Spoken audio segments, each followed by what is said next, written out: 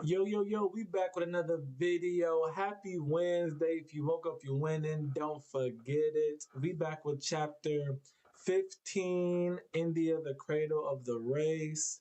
So hope all y'all had a great day at work, at your sponsors, whatever you do, get comfortable. And we about to get this thing on started, man. Chew.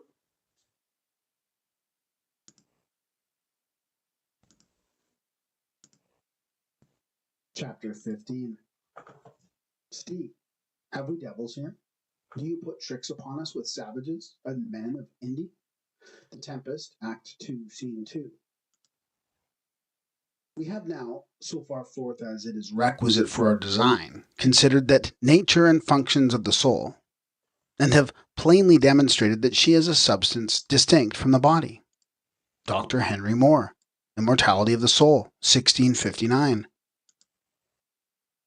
Knowledge is power. Ignorance is imbecility. Author of Art Magic, Ghostland. The secret doctrine has for many centuries been like the symbolical man of sorrows of the prophet Isaiah, who hath believed our report. Its martyrs have repeated from one generation to another. The doctrine has grown up before its persecutors, as a tender plant and as a root out of a dry ground. It hath no form, no comeliness. It is despised and rejected of men, and they hid their faces from it. They esteemed him not. There need be no controversy as to whether this doctrine agrees or not with the iconoclastic tendency of the skeptics of our times. It agrees with truth, and that is enough. It would be idle to expect that it would be believed by its detractors and slanderers. But the tenacious vitality it exhibits all over the globe, whether there are a group of men to quarrel over it, is the best proof that the seed planted by our fathers on the other side of the flood was that of a mighty oak, not the spore of a mushroom theology. No lightning of human ridicule can fell to the ground, and no thunderbolts ever forged by the Vulcans of science are powerful enough to blast the trunk, or even scar the branches of this world tree of knowledge.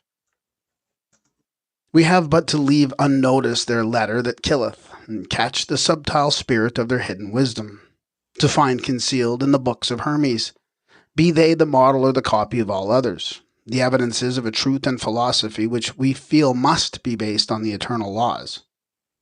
We instinctively comprehend that, however finite the powers of man, while he is yet embodied, they must be in close kinship with the attributes of an infinite deity, and we become capable of better appreciating the hidden sense of the gift lavished by the Elohim on Adam. Behold, I have given you everything which is upon the face of all the earth. Subdue it, and have dominion over all. Had the allegories contained in the first chapters of Genesis been better understood, even in their geographical and historical sense, which involved nothing at all esoteric, the claims of its true interpreters, the Kabbalists, could hardly have rejected for so long a time. Every student of the Bible must be aware that the first and second chapters of Genesis could not have proceeded from the same pen.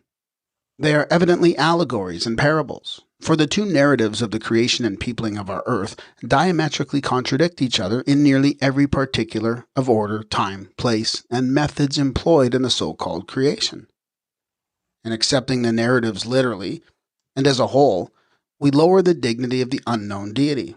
We drag him down to the level of humanity, and endow him with the peculiar personality of man, who needs the cool of the day to refresh him, who rests from his labors, and is capable of anger, revenge, and even of using precautions against man, lest he put forth his hand and take also of the tree of life. A tacit admission, by the way, on the part of the deity, that man could do it if not prevented by sheer force. But in recognizing the allegorical coloring of the description of what may be termed historical facts, we find our feet instantly on firm ground. To begin with, the Garden of Eden, as a locality, is no myth at all. It belongs to those landmarks of history which occasionally disclose to the student that the Bible is not all mere allegory. Eden, or the Hebrew, Gan Eden, meaning the park or the Garden of Eden, is an archaic name of the country watered by the Euphrates and its many branches, from Asia and Armenia to the Erythraean Sea. In the Chaldean Book of Numbers, its location is designated in numerals.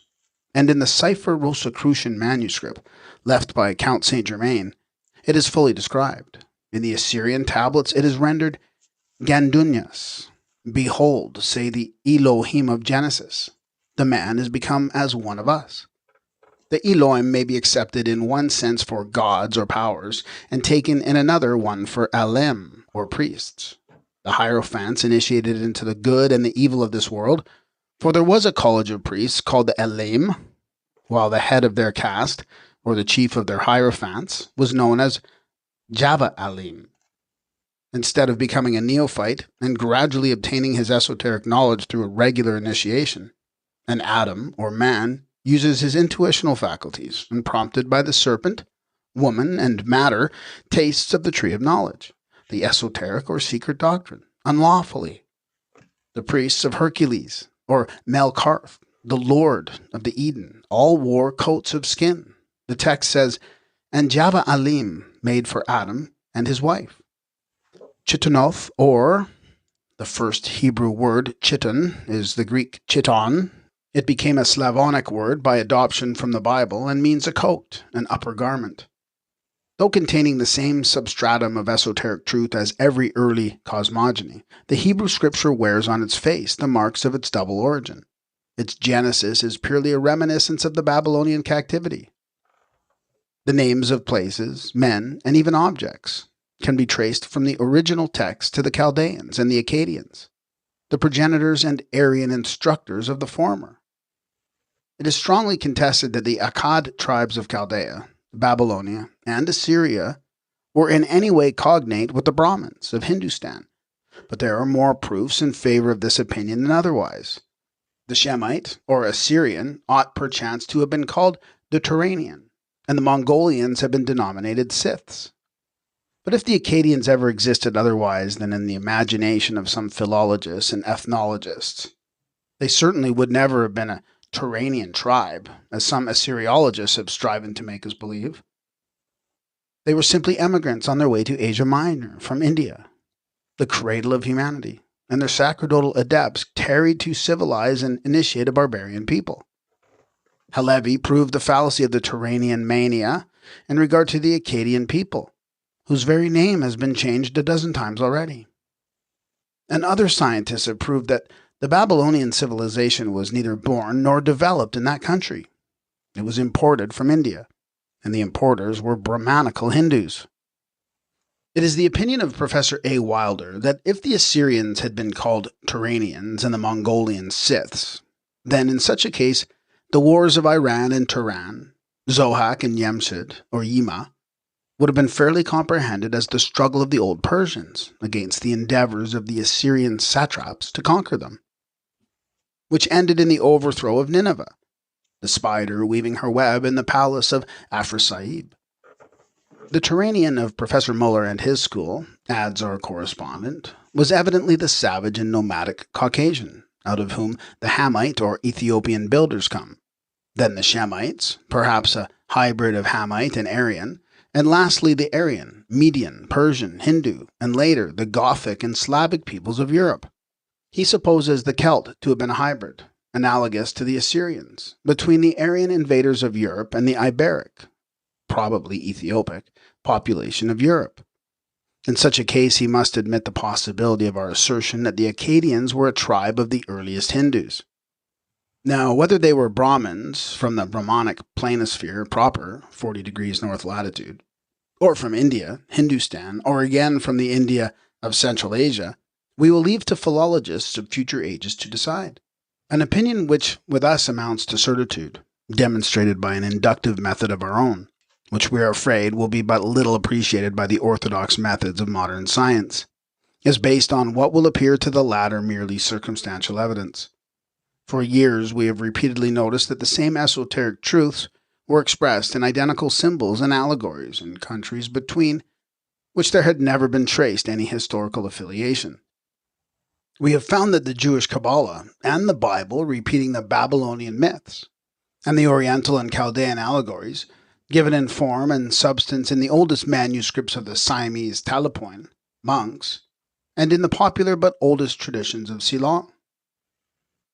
In the latter place, we have an old and valued acquaintance, whom we have also met in other parts of the globe, a Pali scholar and a native Sinhalese, who has in his possession a curious palm leaf, to which by chemical processes, a time-proof durability has been given, and an enormous conch, or rather one half of a conch, for it has been split in two. On the leaf we saw the representation of a giant of Cylonian antiquity and fame, blind and pulling down with his outstretched arms, which are embracing the four central pillars of a pagoda, the whole temple on a crowd of armed enemies. His hair is long and reaches nearly to the ground. We were informed by the possessor of this curious relic that the blind giant was Simona the Little, so called in contradistinction with Simona Kadom, the Siamese savior. Moreover, the Pali legend, in as important particulars, corresponds with that of the biblical Samson. The shell bore upon its pearly surface a pictorial engraving, divided in two compartments, and the workmanship was far more artistic, as to conception and execution, than the crucifixes and other religious trinkets carved out of the same material in our days, at Jaffa and Jerusalem. In the first panel is represented Siva, with all his Hindu attributes, sacrificing his son. Whether the only begotten or one of many, we never stop to inquire. The victim is laid on a funeral pile, and the father is hovering in the air above him, with an uplifted weapon ready to strike. But the god's face is turned toward a jungle in which a rhinoceros has deeply buried its horn in a huge tree and is unable to extricate it. The adjoining panel, or division, represents the same rhinoceros on the pile with a weapon plunged in its side, and the intended victim, Siva's son, free and helping the god to kindle the fire upon the sacrificial altar. Now we have but to remember that Siva and the Palestinian Baal, or Moloch, and Saturn are identical, that Abraham is held until the present day by the Mohammedan Arabs as Saturn in the Kaaba, that Abraham and Israel were names of Saturn, and that Sanchoniathon tells us that Saturn offered his only begotten son as a sacrifice to his father Uranus, and even circumcised himself and forced all his household and allies to do the same, to trace unerringly the biblical myth to its source. But this source is neither Phoenician nor Chaldean. It is purely Indian, and the original of it may be found in the Mahabharata. But whether Brahmanical or Buddhistical, it must certainly be much older than the Jewish Pentateuch, as compiled by Ezra after the Babylonian captivity, and revised by the rabbis of the great synagogue. Therefore, we are bold enough to maintain our assertion against the opinion of many men of learning, whom, nevertheless, we consider far more learned than ourselves. Scientific induction is one thing, and knowledge of facts, however unscientific they may seem at first, is another. But science has discovered enough to inform us that Sanskrit originals of Nepal were translated by Buddhistic missionaries into nearly every Asiatic language. Likewise, Pali manuscripts were translated into Siamese and carried to Burma and Siam. It is easy, therefore, to account for the same religious legends and myths circulating in all these countries. But Manetho tells us also of Pali shepherds who emigrated westward. And when we find some of the oldest Cylonic traditions in the Chaldean Kabbalah and Jewish Bible, we must think that either Chaldeans or Babylonians had been in Ceylon, or India, or the ancient Pali had the same traditions as the Akkadians, whose origin is so uncertain. Suppose even Rawlinson to be right, and that the Akkadians did come from Armenia. He did not trace them further back. As the field is now open for any kind of hypothesis, we submit that this tribe might as well have come to Armenia from beyond the Indus, following their way in the direction of the Caspian Sea, a part which was also India once upon a time, and from thence to the Euxine. Or they might have come originally from Ceylon by the same way. It has been found impossible to follow, with any degree of certitude, the wanderings of these nomadic Aryan tribes. Hence we are left to judge from inference, and by comparing their esoteric myths. Abraham himself, for all our scientists can know, might have been one of these Pali shepherds who emigrated west. He is shown to have gone with his father, Terah, from Ur of the Chaldees. And Sir H. Rawlinson found the Phoenician city of Martu, or Marathos mentioned in an inscription at Ur and shows it to signify the West. If their language seems in one sense to oppose their identity with the Brahmins of Hindustan, yet there are other reasons which make good our claims that the biblical allegories of Genesis are entirely due to these nomadic tribes. Their name, Akkad, is of the same class as Adam, Hava, or Eden, perhaps, says Dr. Wilder, meaning son of Ad, like the sons of Ad in ancient Arabia. In Assyrian, Ak is creator, and Ad is Ad, the father. In Armenian, Ad also means one, and Ad, the only one. And in the Kabbalah, Ant is the only begotten, the first emanation of the unseen creator. Adon was the lord god of Syria and the consort of Adar-Gat, or Astert, the Syrian goddess, who was Venus, Isis, Istar, or Melita, etc. And each of these was mother of all living, the magna mater. Thus, while the first, second, and third chapters of Genesis are but disfigured imitations of other cosmogonies, the fourth chapter, beginning at the 16th verse, and the fifth chapter to the end, give purely historical facts, though the latter were never correctly interpreted.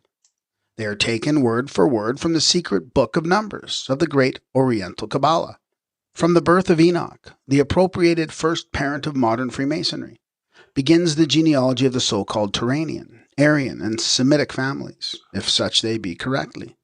Every woman is in a humorized land or city, every man a patriarch and race, a branch or subdivision of a race. The wives of Lamech give the key to the riddle which some good scholar might easily master, even without studying the esoteric sciences.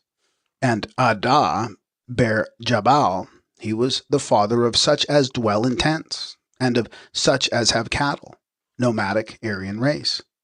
And his brother was Jubal, he was father of all such as handle the harp and organ. And Zillah bare Tubal-Cain, an instructor of every artificer in brass and iron, etc. Every word has a significance, but it is no revelation. It is simply a compilation of the most historical facts, although history is too perplexed upon this point to know how to claim them. It is from the Euxine to Kashmir and beyond that we must search for the cradle of mankind and the sons of Ada, and leave the particular Garden of Eden on the Euphrates to the college of the weird astrologers and magi, the Alim. No wonder that the northern seer, Swedenborg, advises people to search for the lost word among the hierophants of Tartary, China, and Tibet, for it is there, and only there, now, although we find it inscribed on the monuments of the oldest Egyptian dynasties.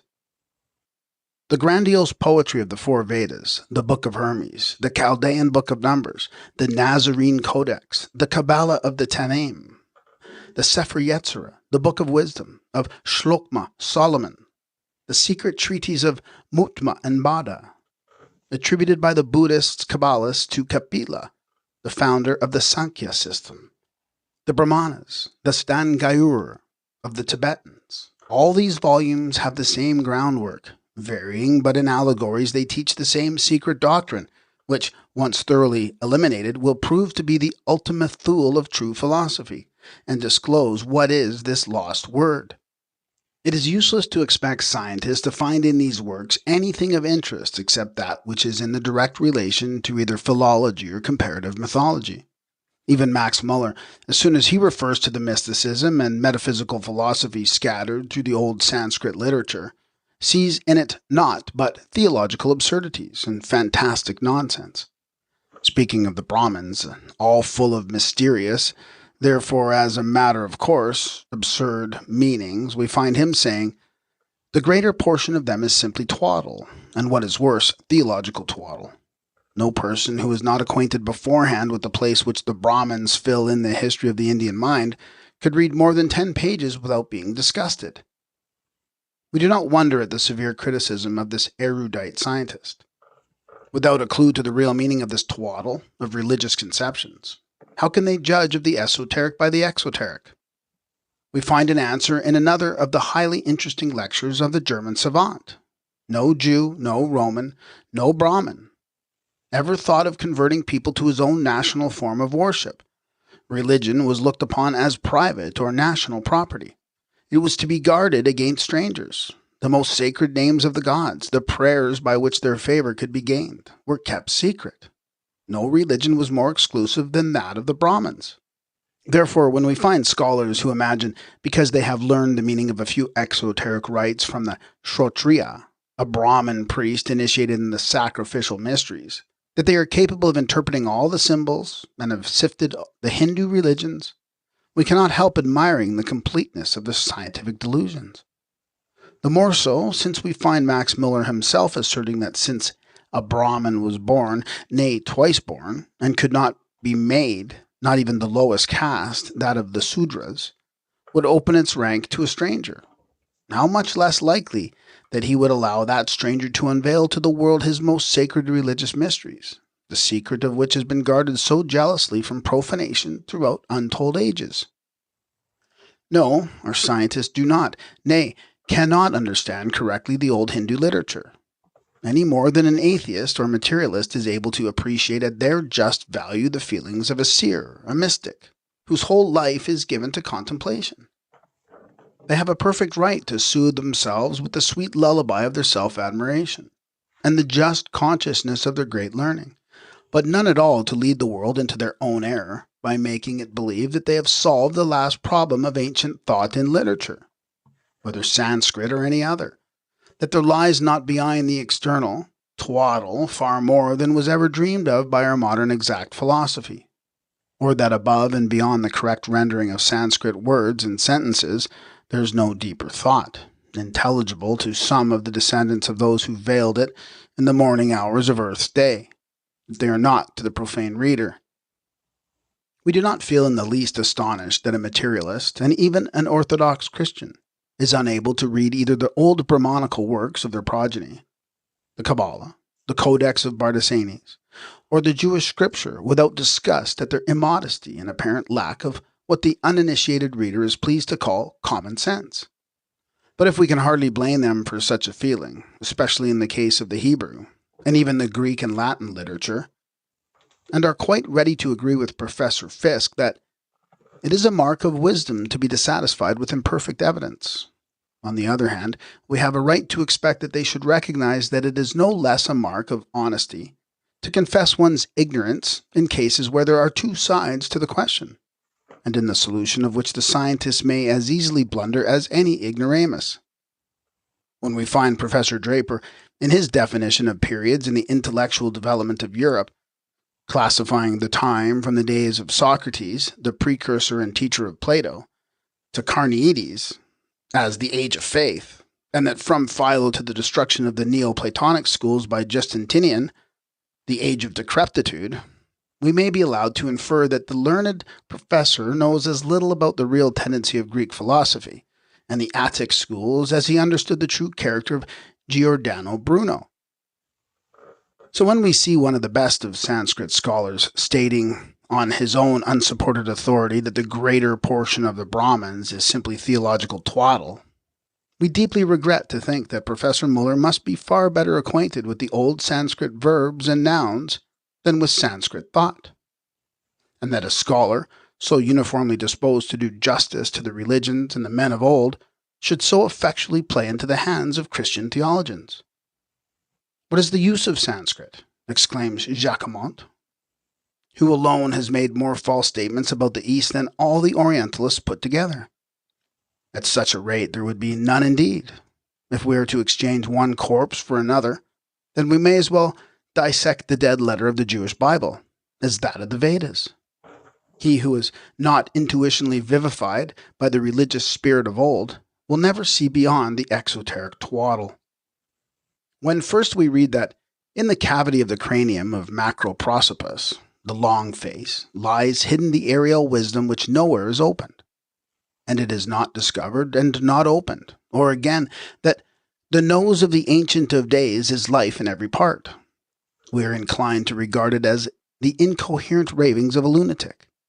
And when, moreover, we are apprised by the Codex Nazareus that she, the spiritus, invites her son Carabantos, who is frantic and without judgment, to an unnatural crime with his own mother, we are pretty well disposed to throw the book aside in disgust. But is this only meaningless trash, expressed in rude and even obscene language? No more can it be judged by external appearance than the sexual symbols of the Egyptian and Hindu religions, or the coarse frankness of expression of the Holy Bible itself. No more than the allegory of Eve and the tempting serpent of Eden. The ever-insinuating restless spirit, once it falls into matter, tempts Eve or Hava, which bodily represent chaotic matter, frantic and without judgment. For matter, Karabantos, is the son of spirit, or the spiritus of the Nazarenes, the Sophia Akamoth, and the latter is the daughter of the pure intellectual spirit, the divine breath. When science shall have effectually demonstrated to us the origin of matter, and proved the fallacy of the occultists and old philosophers who held, as their descendants now hold, that matter is but one of the correlations of spirit, then will the world of skeptics have a right to reject the old wisdom, or throw the charge of obscenity in the teeth of the old religions. From time immemorial, says Mrs. Lydia Maria Child, an emblem has been worshipped in Hindustan as the type of creation, or the origin of life. It is the most common symbol of Siva, Bala, or Mahadeva. It is the universally connected with his worship. Siva was not merely the reproducer of human forms. He represented the fructifying principle, the generative power that pervades the universe. Small images of this emblem carved in ivory, gold, or crystal are worn as ornaments about the neck. The maternal emblem is likewise a religious type, and worshippers of Vishnu represent it on their forehead by a horizontal mark. It is strange that they regarded with reverence the great mystery of human birth. Were they impure thus to regard it? Or are we impure that we do not so regard it? We have traveled far, and unclean have been the paths, since those old anchorites first spoke of God and the soul in the solemn depths of the first sanctuaries. Let us not smile at their mode of tracing the infinite and incomprehensible cause throughout all the mysteries of nature, lest by so doing we cast the shadow of our own grossness on their patriarchal simplicity. Many are the scholars who have tried, to their best of their ability, to do justice to old India. Colebrook, Sir William Jones, Bartholomew, St. Hilaire, Lassen, Weber, Strange, Burnouf, Hardy, and finally Jacoliot, have all brought forward their testimony to her achievements in legislation, ethics, philosophy, and religion. No people in the world have ever attained to such a grandeur of thought in ideal conceptions of the deity and its offspring, man, as the Sanskrit metaphysicians and theologians. My complaint against many translators and Orientalists, says Jacoliot, while admiring their profound knowledge, is that not having lived in India, they fail in exactness of expression and in comprehension of the symbolical sense of poetic chants and prayers and ceremonies, and thus too often fall into material errors, whether of translation or appreciation. Further, this author who, from a long residence in India and the study of its literature, is better qualified to testify than those who have never been there, tells us that the life of several generations would scarce suffice merely to read the works that ancient India has left us on history, ethics, morale, poetry, philosophy, religion, different sciences, and medicine. And yet, Louis Jacoliot is able to judge but by the few fragments, access to which had ever depended upon the compliance and friendship of a few Brahmins with whom he succeeded in becoming intimate. Did they show him all their treasures? Did they explain to him all he desired to learn? We doubt it. Otherwise he would not himself have judged the religious ceremonies so hastily as he has upon several occasions merely upon circumstantial evidence.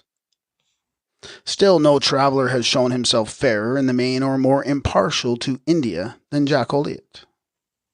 If he is severe as to her present degradation, he is still severe to those who were the cause of it, the sacerdotal caste of the last few centuries, and his rebuke is proportionate to the intensity of his appreciation of her past grandeur.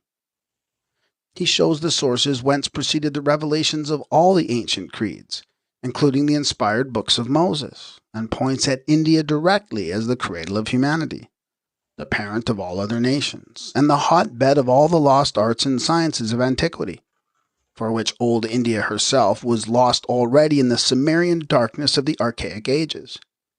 To study India, he says, is to trace humanity to its sources. In the same way as modern society jostles antiquity at each step, he adds, as our poets have copied Homer and Virgil, Sophocles and Euripides, Plautus and Terence, as our philosophers have drawn inspiration from Socrates, Pythagoras, Plato, and Aristotle, as our historians take Titus Livius, Sallust, or Tacitus as models, our orators, Demosthenes or Cicero, our physicians study Hippocrates, and our codes transcribe Justinian, so had antiquity's self also an antiquity to study, to imitate, and to copy. What more simple and more logical? Do not peoples proceed and succeed each other? Does the knowledge painfully acquired by one nation confine itself to its own territory and die with the generation that produced it? Can there be any absurdity in the suggestion that the India of 6,000 years ago, brilliant, civilized, overflowing with population, impressed upon Egypt, Persia, Judea, Greece, and Rome a stamp as ineffaceable, impressions as profound as these last have impressed upon us? It is time to disabuse ourselves of those prejudices which represent the ancients as having almost spontaneously elaborated ideas, philosophic, religious, and moral, the most lofty. Those prejudices that in their naive admiration explain all in the domain of science, arts, and letters, by the intuition of some few great men, and in the realm of religion by revelation. We believe that the day is not far off when the opponents of this fine and erudite writer will be silenced by the force of irrefutable evidence, and when facts shall once have corroborated his theories and assertions, what will the world find? That it is to India, the country less explored, and less known than any other, that all the other great nations of the world are indebted for their languages, arts, legislature, and civilization. Its progress impeded for a few centuries before our era. For as this writer shows, at the epoch of the great Macedonian conqueror, India had already passed the period of her splendor, was completely stifled in the subsequent ages. But the evidence of her past glories lie in her literature. What people in all the world can boast of such a literature, which, were the Sanskrit less difficult, would be more studied than now? Hitherto, the general public has had to rely for information on a few scholars who, notwithstanding their great learning and trustworthiness, are unequal to the task of translating and commenting upon more than a few books out of the almost countless number that, notwithstanding the vandalism of the missionaries, are still left to swell the mighty volume of Sanskrit literature, and to do even so much as the labor of a European's lifetime. Hence, people judge hastily and often make the most ridiculous blunders. Quite recently, a certain Reverend Dunlop Moore, of New Brighton, PA, determined to show his cleverness and piety at a single stroke, attacked the statement made by a theosophist in a discourse delivered at the cremation of Baron de Palm, that the Code of Manu existed 1,000 years before Moses. All Orientalists of any note, he says. All right, y'all, we at the 30-minute mark. So far, some of the stuff that stood out to me to actually hear it, India, the parent of all nations. So, India does have one of the oldest languages on record, Sanskrit. If you know, you know. There's Sanskrit, there's the Hebrew language, and there's Greece. So, also got Abraham is also a rendition of Saturn. Saturn doesn't necessarily mean Satan. You know, Saturn is also a energy. Venus represents Isis, the great and divine mother. Also, they mentioned Sophia in here. I didn't write it down. Sophia is the daughter of the divine universal mother soul, the first daughter. That's why Sophia is the goddess. She's like the female Jesus in a sense, but like the God. Y'all let me know what y'all got. Are now agreed that the Institutes of Manu were written at different times. The oldest part of the collection probably dates from the 6th century before the Christian era. Whatever other Orientalists encountered by this Pennsylvania pundit may think, Sir William Jones is of a different opinion. It is clear, he says, that the laws of Manu, such as we possess them, and which comprise but 680 slokas, cannot be the work attributed to Somati, which is probably that described under the name of Vriddha Manava, or Ancient Code of Manu, which has not yet been entirely reconstructed, although many passages of the book have been preserved by tradition and are often cited by commentators. We read in the preface to a treatise on legislation by Narada, says Jack Olliott, written by one of his adepts, a client of Brahmanical power, Manu having written the laws of Brahma in 100,000 slokas, or distichs, which formed 24 books and 1,000 chapters, gave the work to Narada, the sage of sages, who abridged it for use of mankind to 12,000 verses, which he gave to a son of Brigu, named Somati, who, for the greater convenience of man, reduced them to 4,000. Here we have the opinion of Sir William Jones, who in 1794 affirmed that the fragments in possession of the Europeans could not be the ancient code of Manu, and that of Louis Jacques-Olliet, who in 1868, after consulting all the authorities and adding them to the result of his own long and patient research, writes the following. The Hindu laws were codified by Manu more than 3,000 years before the Christian era, copied by the whole of antiquity, and notably by Rome, which alone has left us a written law, the Code of Justinian, which has been adopted as the basis of all modern legislations.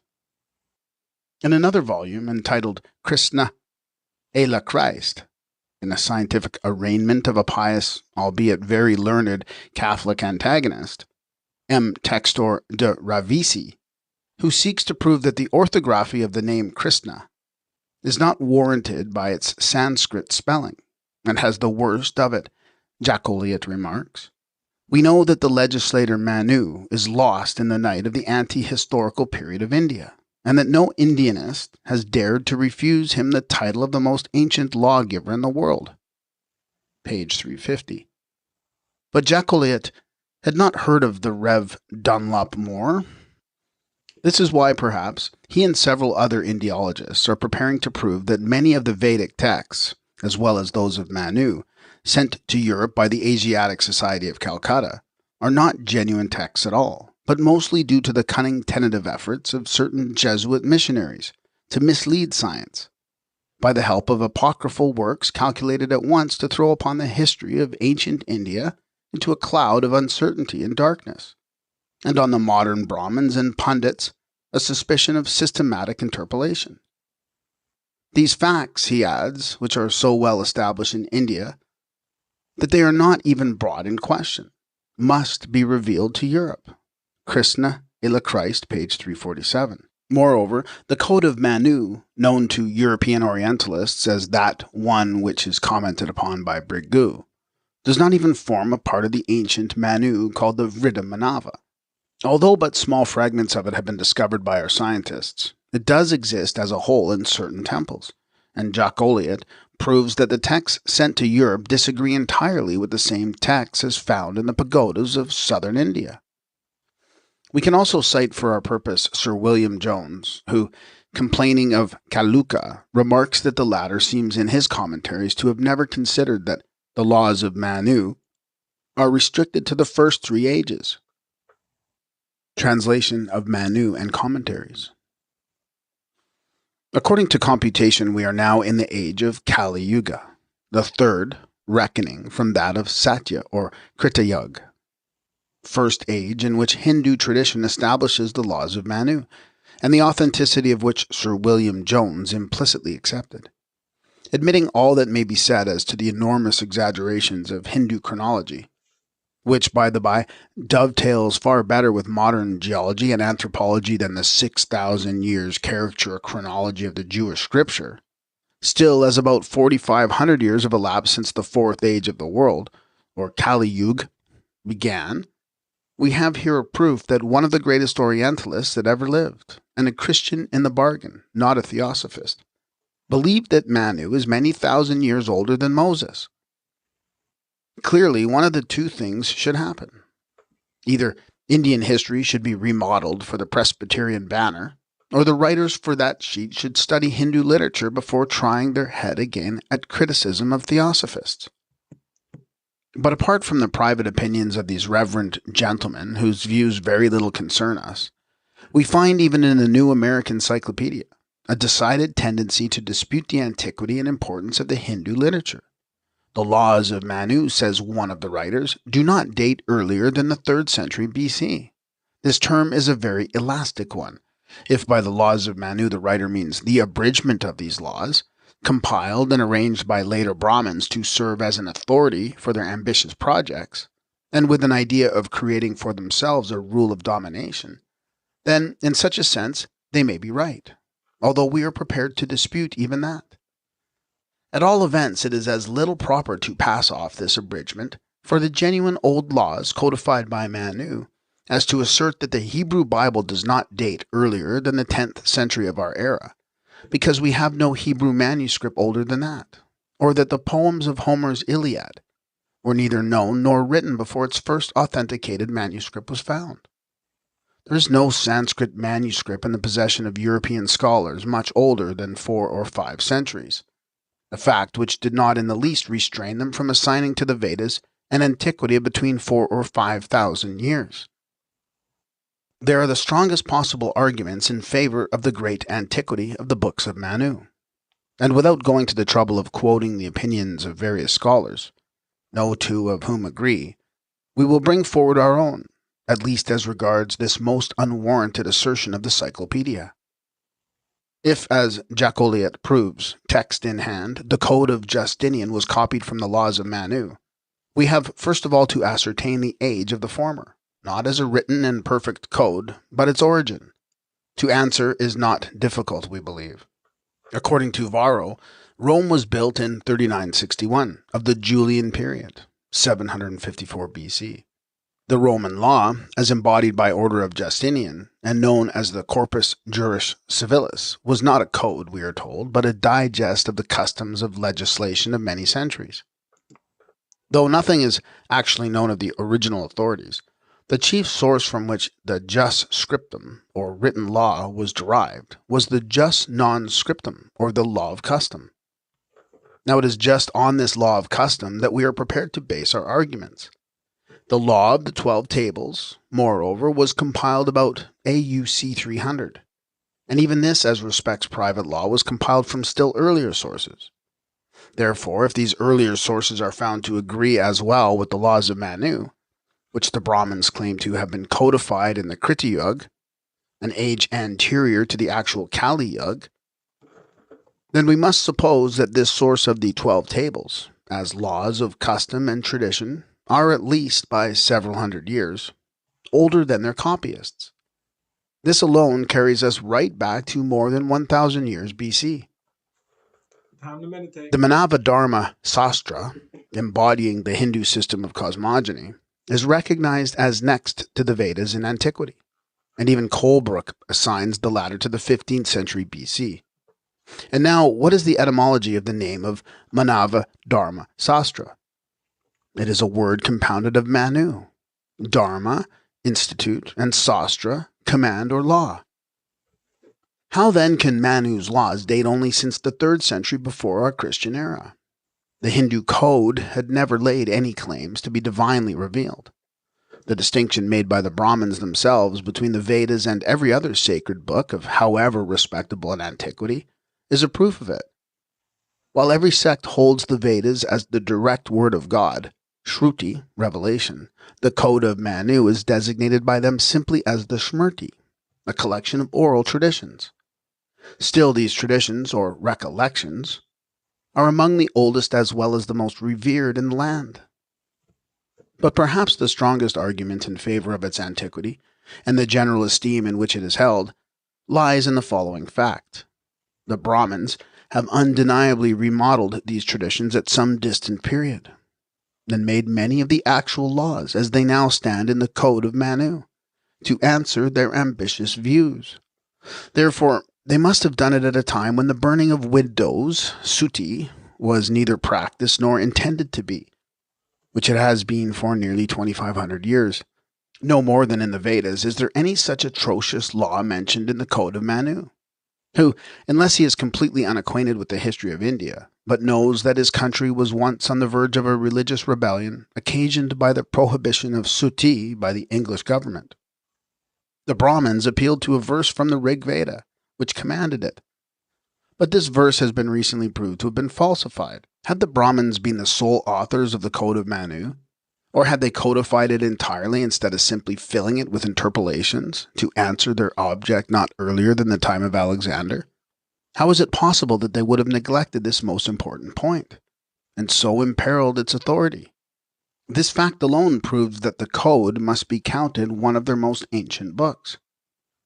It is on the strength of such circumstantial evidence, that of reason and logic, that we affirm that if Egypt furnished Greece with her civilization, and the latter bequeathed hers to Rome, Egypt herself had, in those unknown ages when Manes reigned, received her laws, her social institutions, her arts, and her sciences from pre-Vedic India, and that therefore it is in that old initiation of the priests, adepts of all the other countries, we must seek for the key to the great mysteries of humanity. And when we say indiscriminately, India, we do not mean the India of our modern days, but that of the archaic period. In those ancient times, countries which are now known to us by other names were all called India. There was an upper, a lower, and a western India, the latter of which is now Persia, Iran. The countries now named Tibet, Mongolia, and Great Tartary were also considered by the ancient writers as India. We will now give a legend in relation to those places which science now fully concedes to have been the cradle of humanity. Tradition says, and the records of the Great Book explain, that long before the days of Adam and his inquisitive wife Hiva, where now are found but salt lakes and desolate barren deserts, there was a vast inland sea which extended over Middle Asia, north of the proud Himalayan range and its western prolongation. An island which for its unparalleled beauty had no rival in the world, was inhabited by the last remnant of the race which preceded ours.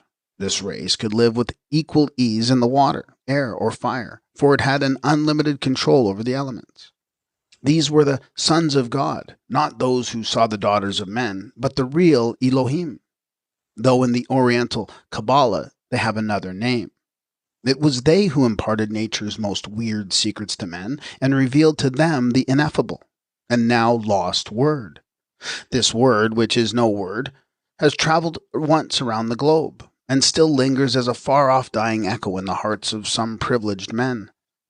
The hierophants of all the sacerdotal colleges were aware of the existence of this island, but the word was known only to the Java Alim, or chief lord of every college, and was passed to his successor only at the moment of death. There were many such colleges, and the old classic author speaks of them. We have already seen that it is one of the universal traditions accepted by all the ancient peoples that there were many races of men anterior to our present races.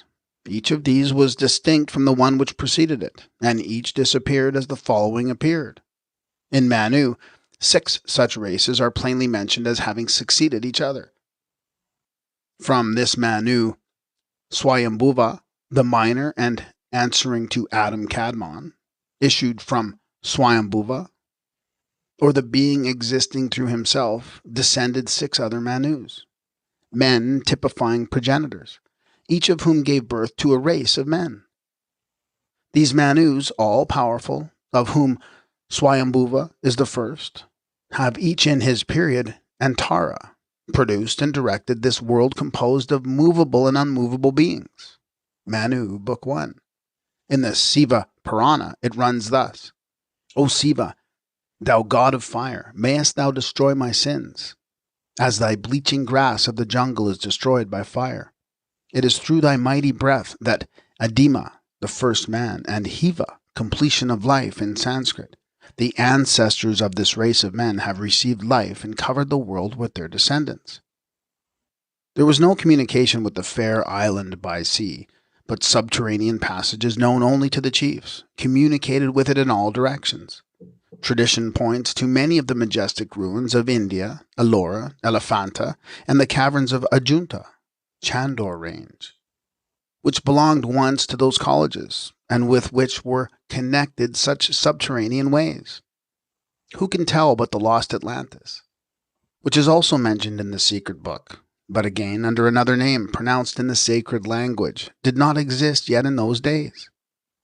The great lost continent might have, perhaps, been situated south of Asia, extending from India to Tasmania. If the hypothesis now so much doubted and positively denied by some learned authors who regard it as a joke of Plato's is ever verified, then perhaps will the scientists believe that the description of the God-inhabited continent was not altogether fable? And they may then perceive that Plato's guarded hints and the fact of his attributing the narrative to Solon and the Egyptian priests were but a prudent way of imparting the fact to the world, and by cleverly combining truth and fiction, to disconnect himself from a story which the obligations imposed at initiation forbade him to divulge? And how could the name of Atlanta itself originate with Plato at all? Atlanti is not a Greek name, and its construction has nothing of the Grecian element in it. Brasseur de Bourbourg tried to demonstrate it years ago, and Baldwin, in his Prehistoric Nations and Ancient America, cites the former, who declares that the word Atlas and Atlantic have no satisfactory etymology in any language known in Europe. They are not Greek and cannot be referred to any known language of the Old World. But in the Nahuatl, or Toltec language, we find immediately the radical a, atl, which signifies water, war, and the top of the head. From this comes a series of words, such as Atlan, or the border of or amid the water, from which we have the adjective Atlantic. We also have Atlaca, to combat. A city named Atlan existed when the continent was discovered by Columbus, at the entrance of the Gulf of Uraha, in Darien, with a good harbor. It is now reduced to an unimportant pueblo village named Alclo. It is not, to say the least, very extraordinary to find in America a city called by a name which contains a purely local element, foreign, moreover, to every other country, in the alleged fiction of a philosopher of 400 years BC. The same may be said of the name of America, which may one day be found more closely related to Meru, the sacred mount in the center of the 7 continents, according to the Hindu tradition, than to Americus Vespicus, whose name, by the by, was never Americus at all, but Albericus, a trifling difference not deemed worth mentioning till very lately by exact history. We adduce the following reasons in favor of our argument.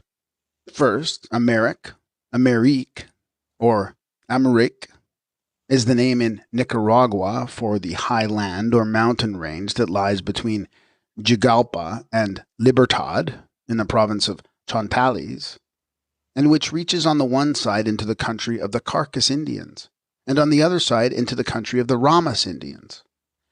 Ik, or Eek, as a terminal, means great, as Kazgik, etc. Columbus mentions in his 4th voyage the village Karai, probably Kasay. The people abounded with sorcerers or medicine men, and this was the region of the Americ range, 3,000 feet high. Yet he omits to mention this word. The name America Provincia first appeared on a map published at Basel in 1522. Till that time, the region was believed to be part of India. That year, Nicaragua was conquered by Gil Gonzalez de Avida. Second, the Northmen who visited the continent in the 10th century, a low-level coast thickly covered with wood, called it Markland, from mark, a wood. The R had a rolling sound as Marak. A similar word is found in the country of the Himalayas, and the name of the world mountain, Meru, is pronounced in some dialects as Meruwa, the letter H being strongly aspirated. The main idea is, however, to show how 2 peoples could possibly accept a word of similar sound, each having used it in their own sense, and finding it applied to the same territory. It is most plausible, says Professor Wilder, that the state of Central America, where we find the name Americ, signifying, like the Hindu Meru we may had, great mountain, gave the continent its name. Vespucius would have used his surname if he had designed to give a title to a continent. If the Abbé de Bourbourg's theory of Atlan as the source of Atlas and Atlantic is verified, the two hypotheses could agree most charmingly, as Plato was not the only writer that treated of a world beyond the Pillars of Hercules, and as the ocean is still shallow and grows seaweed all through the tropical part of the Atlantic. It is not wild to imagine that this continent projected, or that there was an island world on that coast. The Pacific also shows signs of having been a populous island empire of Malays or Javanese, if not a continent amid the north and south. We know that Lemuria in the Indian Ocean is a dream of scientists, and that the Sahara and the middle belt of Asia were perhaps once seabeds. To continue the tradition, we have to add that the class of Hierophants was divided into two distinct categories: those who were instructed by the sons of God, of the island, and who were initiated in the divine doctrine of pure revelation, and others who inhabited the lost Atlantis, if such must be its name, and who, being of another race, were born with a sight which embraced all hidden things, and was independent of both distance and material obstacle. In short, they were the fourth race of men mentioned in the Popol Vuh, whose sight was unlimited and who knew all things at once. They were perhaps what we would now term natural-born mediums, who neither struggled nor suffered to obtain their knowledge, nor did they acquire it at the price of any sacrifice. Therefore, while the former walked in the path of their divine instructors, and acquiring their knowledge by degrees, learned at the same time to discern the evil from the good, the born adepts of the Atlantis blindly followed the insinuations of the great and invisible dragon, the king Thevatat, the serpent of Genesis. Thevatat had neither learned nor acquired knowledge, but, to borrow an expression of Dr. Wilder in relation to the tempting serpent, he was a sort of Socrates who knew without being initiated. Thus, under the evil insinuations of their demon, Thevatat, the Atlantis race became a nation of wicked magicians. In consequence of this, war was declared, the story of which would be too long to narrate. Its substance may be found in the disfigured allegories of the race of Cain, the giants, and that of Noah and his righteous family. The conflict came to an end by the submersion of the Atlantis, which finds its imitation in the stories of the Babylonian and Mosaic flood. The giants and magicians, and all flesh died, and every man, all except Xisuthros and Noah, who are substantially identical with the great father of the Tlinkinians in the Popol Vuh, or the sacred book of the Guatemalans, which also tells of his escaping in a large boat, like the Hindu Noah, Vivaswata. If we believe the tradition at all, we have to credit the further story that the intermarrying of the progeny of the Hierophants of the island and the descendants of the Atlantean Noah sprang up a mixed race of righteous and wicked. On the one side, the world had its Enochs, Moseses, Gautama Buddhas, its numerous saviors, and great Hierophants. On the other hand, its natural magicians, who through lack of the restraining power of proper spiritual enlightenment, and because of weakness of physical and mental organizations, unintentionally perverted their gifts to evil purposes. Moses had no word of rebuke for those adepts in prophecy and other powers who had been instructed in the colleges of esoteric wisdom mentioned in the Bible. His denunciations were reserved for such as either wittingly or otherwise debased the powers inherited from their Atlantean ancestors to the service of evil spirits, to the injury of humanity. His wrath was kindled against the spirit of Ob, not that of Od. The ruins, which cover both Americas, are found on many West Indian islands, are all attributed to the submerged Atlanteans, as well as the Hierophants of the Old World, which in the days of Atlantis was almost connected with the new one by land. The magicians of the now submerged country had a network of subterranean passages running in all directions.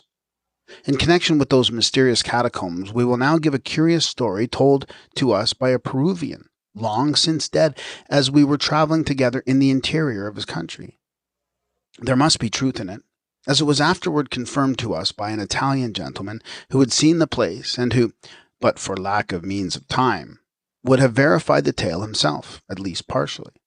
The informant of the Indian was an old priest, who had the secret divulged to him, at confession, by a Peruvian Indian, We may add, moreover, that the priest was compelled to make the revelation, being at that time under the mesmeric influence of the traveler. The story concerns the famous treasures of the last of the Incas. The Peruvian asserted that since the well-known and miserable murder of the latter by Pizarro, the secret had been known to all the Indians, except the mestizos, who could not be trusted. It runs thus: the Inca was made prisoner, and his wife offered for his liberation a room full of gold, from the floor up to the ceiling, as high as his conqueror could reach, before the sun would set on the third day. She kept her promise, but Pizarro broke his word, according to Spanish practice. Marveling at the exhibition of such treasures, the conqueror declared that he would not release the prisoner, but would murder him, unless the queen revealed the place whence the treasure came. He had heard that the Incas had somewhere an inexhaustible mine, a subterranean road or tunnel running many miles underground, where were kept the accumulated riches of the country. The unfortunate queen begged for delay and went to consult the oracles. During the sacrifice, the chief priest showed her in the consecrated black mirror the unavoidable murder of her husband, whether she delivered the treasures of the crown to Pizarro or not. Then the queen gave the order to close the entrance, which was a door cut in the rocky wall of a chasm. Under the direction of the priest and magicians, the chasm was accordingly filled to the top with huge masses of rock, and the surface covered over so as to conceal the work. The Inca was murdered by the Spaniards, and his unhappy queen committed suicide. Spanish greed overreached itself, and the secret of the buried treasures was locked in the breasts of a few faithful Peruvians. Our Peruvian informant added that in consequence of certain indiscretions at various times, persons had been sent by different governments to search for the treasure under the pretext of scientific exploration. They had rummaged the country through, but without realizing their object. So far, this tradition is corroborated by the reports of Dr. Chudi and other historians of Peru. But there are certain additional details which we are not aware have been made public before now. Several years after hearing the story and its corroboration by the Italian gentleman, we again visited Peru. Going southward from Lima by water, we reached a point near Arica at sunset, and were struck by the appearance of an enormous rock, nearly perpendicular, which stood in mournful solitude on the shore, apart from the range of the Andes. It was the tomb of the Incas. As the last rays of the setting sun strike the face of the rock, one can make out with an ordinary opera glass some curious hieroglyphics inscribed on the volcanic surface. When Cusco was the capital of Peru, it contained a temple of the sun, famed far and near for its magnificence. It was roofed with thick plates of gold, and the walls were covered with the same precious metal. The eave troughs were also solid gold. In the west wall, the architects had contrived an aperture in such a way that when the sunbeams reached it, it focused them inside the building. Stretching like a golden chain from one sparkling point to another, they encircled the walls, illuminating the grim idols and disclosing certain mystic signs at other times invisible. It was only by understanding these hieroglyphics, identical with those which may be seen to this day on the tomb of the Incas, that one could learn the secret of the tunnel and its approaches. Among the latter was one in the neighborhood of Cusco, now masked beyond discovery. This leads directly into an immense tunnel which runs from Cusco to Lima, and then, turning southward, extends into Bolivia. At a certain point, it is intersected by a royal tomb. Inside this sepulchral chamber are cunningly arranged two doors, or rather, two enormous slabs which turn upon pivots, and close so tightly as to be only distinguishable from the other portions of the sculptured walls by the secret signs, whose key is in the possession of the faithful custodians. One of these turning slabs covers the southern mouth of the Limine Tunnel, the other, the northern one, of the Bolivian corridor. The latter, running southward, passes through Trapaca and Cobijo, for Arica is not far away from the little river called Paquina, which is the boundary between Peru and Bolivia. Not far from this spot stand three separate peaks which form a curious triangle. They are included in the chain of the Andes. According to tradition, the only practicable entrance to the corridor leading northward is one of these peaks. But without the secret of its landmarks, a regiment of Titans might rend the rocks in vain in the attempt to find it. But even were someone to gain an entrance and find this way as far as the turning slab in the wall of the sepulchre, and attempt to blast it out, the superincumbent rocks are so disposed as to bury the tomb, its treasures, and, as the mysterious Peruvian expressed it to us, 1,000 warriors, in one common ruin. There is no other access to Arica chamber than through the door in the mountain near Paquina. Along the entire length of the corridor, from Bolivia to Lima and Cusco, are smaller hiding places filled with treasures of gold and precious stone, the accumulations of many generations of Incas, the aggregate value of which is incalculable. We have in our possession an accurate plan of the tunnel, the sepulchre, and the doors, given to us at the time by the old Peruvian. If we had ever thought of profiting by the secret, it would have required the cooperation of the Peruvian and Bolivian governments on an extensive scale. To say nothing of physical obstacles, no one individual or small party could undertake such an exploration without encountering the army of smugglers and brigands, with which the coast is infested, and which, in fact, includes nearly the whole population. The mere task of purifying the mephitic air of the tunnel, which had not been entered for centuries, would also be a serious one. There, however, the treasure lies, and there the tradition says it will lie till the last vestige of the Spanish rule disappears from the whole of North and South America. The treasures exhumed by Dr. Schliemann at Mycenae have awakened the popular cupidity, and the eyes of adventurous speculators are being turned toward the localities where the wealth of ancient peoples is supposed to be buried, in crypt or cave or beneath sand or alluvial deposit. Around no other locality, not even Peru, hangs so many traditions as around the Gobi Desert.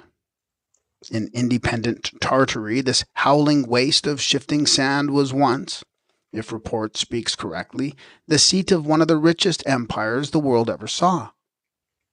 Beneath the surface are said to lie such wealth in gold, jewels, statuary, arms, utensils, and all that indicates civilization, luxury, and fine arts, as no existing capital of Christendom can show today. The Gobi sand moves regularly from east to west before terrific gales that blow continually. Occasionally some of the hidden treasures are uncovered, but not a native dare touch them, for the whole district is under the ban of a mighty spell. Death would be the penalty. Bati, hideous, but faithful gnomes, guard the hidden treasures of this prehistoric people, awaiting the day when the revolution of cyclic periods shall again cause their story to be known for the instruction of mankind. According to local tradition, the tomb of Genghis Khan still exists near Lake Tabasan, Nor. Within lies the Mongolian Alexander, as though asleep. After 3 more centuries he will awake and lead his people to new victories and another harvest of glory. Though this prophetic tradition be received with ever so many grains of salt, we can affirm as a fact that the tomb itself is no fiction, nor has its amazing richness been exaggerated. The district of the Gobi Wilderness, and in fact the whole area of independent Tartary and Tibet, is jealously guarded against foreign intrusion. Those who are permitted to traverse it are under the particular care and pilotage of certain agents of the chief authority, and are in duty bound to convey no intelligence respecting places and persons to the outside world. But for this restriction, even we might contribute to these pages accounts of exploration, adventure, and discovery that would read with interest. The time will come, sooner or later, when the dreadful sand of the desert will yield up its long-buried secrets. And then there will indeed be unlooked-for mortifications for our modern vanity. The people of Pashai, says Marco Polo, the daring traveler of the 13th century, are great adepts in sorceries and the diabolical arts.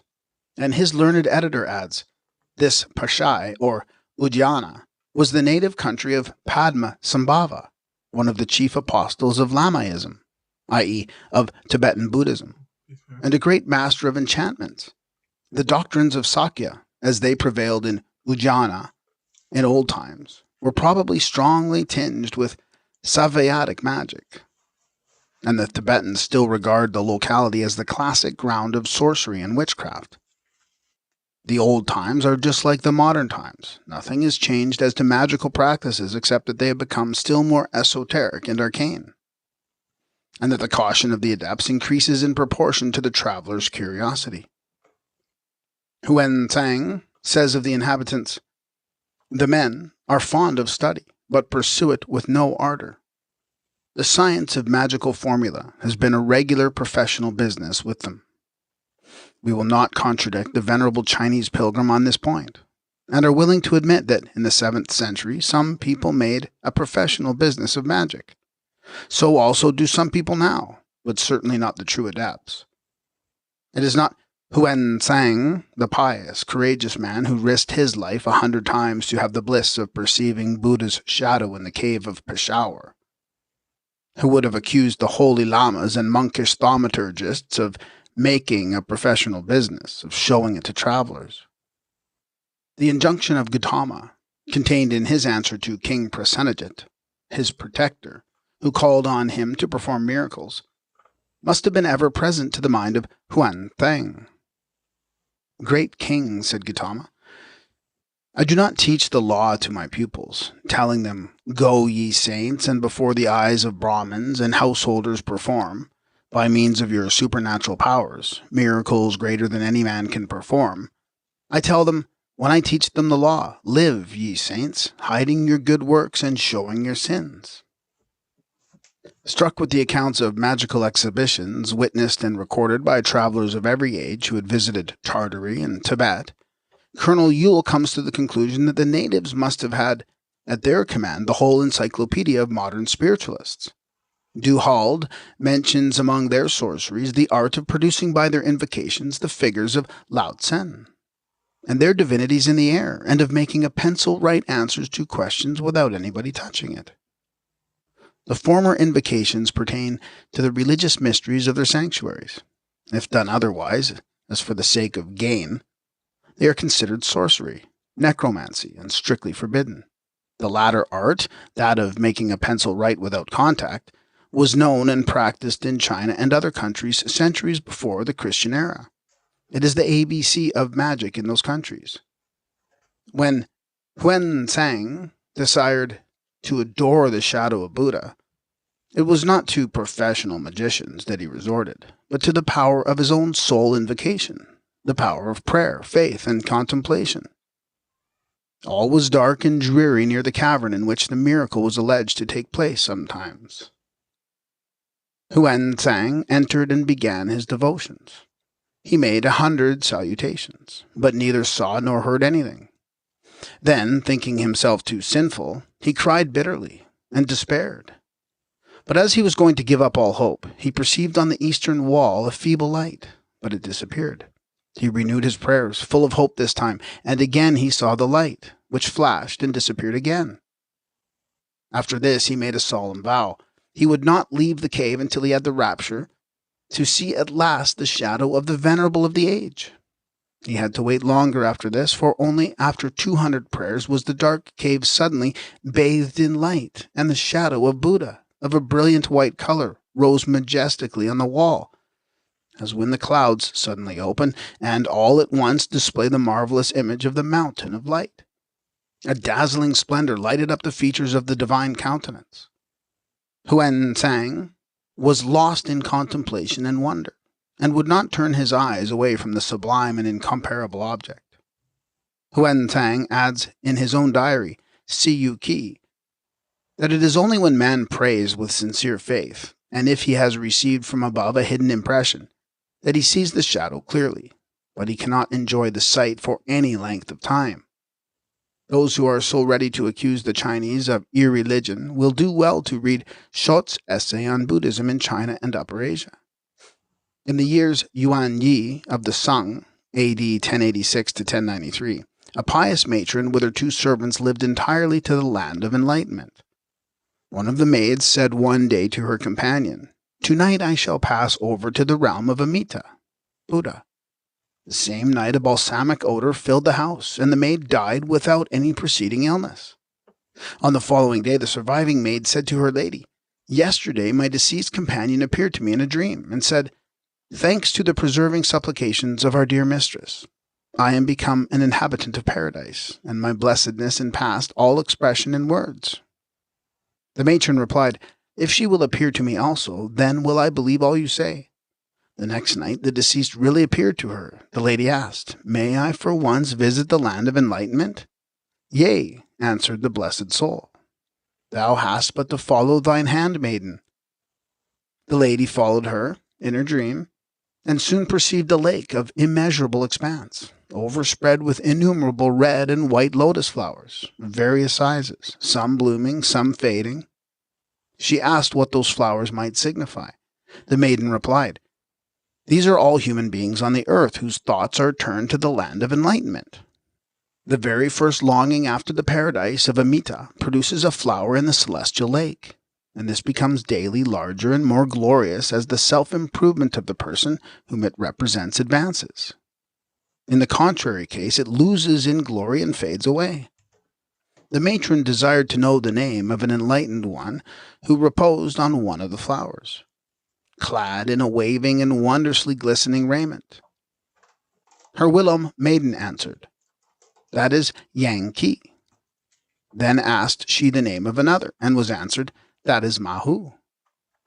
The lady then said, "At what place shall I hereafter come into existence?" Then the blessed soul led her a space further, and showed her a hill that gleamed with a gold and azure. "Here," she said, "is your future abode. You will belong to the first order of the blessed." When the matron awoke, she sent to inquire for Yang Ki and Mahu. The first was already departed, the other still alive and well. And thus the lady learned that the soul of one who advances in holiness and never turns back may be already a dweller in the land of enlightenment, even though the body still sojourn in this transitory world. In the same essay, another Chinese story is translated, and to the same effect. "I knew a man," says the author, "who during his life had killed many living beings, and was at last struck with an apoplexy. The sorrows in store for his sin-laden soul pained me to the heart. I visited him and exhorted him to call on the Amita, but he obstinately refused. His illness clouded his understanding. In consequence of his misdeeds, he had become hardened. What was before such a man when once his eyes were closed? In this life the night followeth the day, and the winter followeth the summer, that all men are aware of. But that life is followed by death, no man will consider. Oh, what blindness and obduracy is this!" Page 93. These two instances of Chinese literature hardly strengthen the usual charge of irreligion and total materialism brought against the nation. The first little mystical story is full of spiritual charm, and would grace any Christian religious book. The second is as worthy of praise, and we have but to replace Amita with Jesus to have an highly orthodox tale, as regards religious sentiments and code of philosophical morality.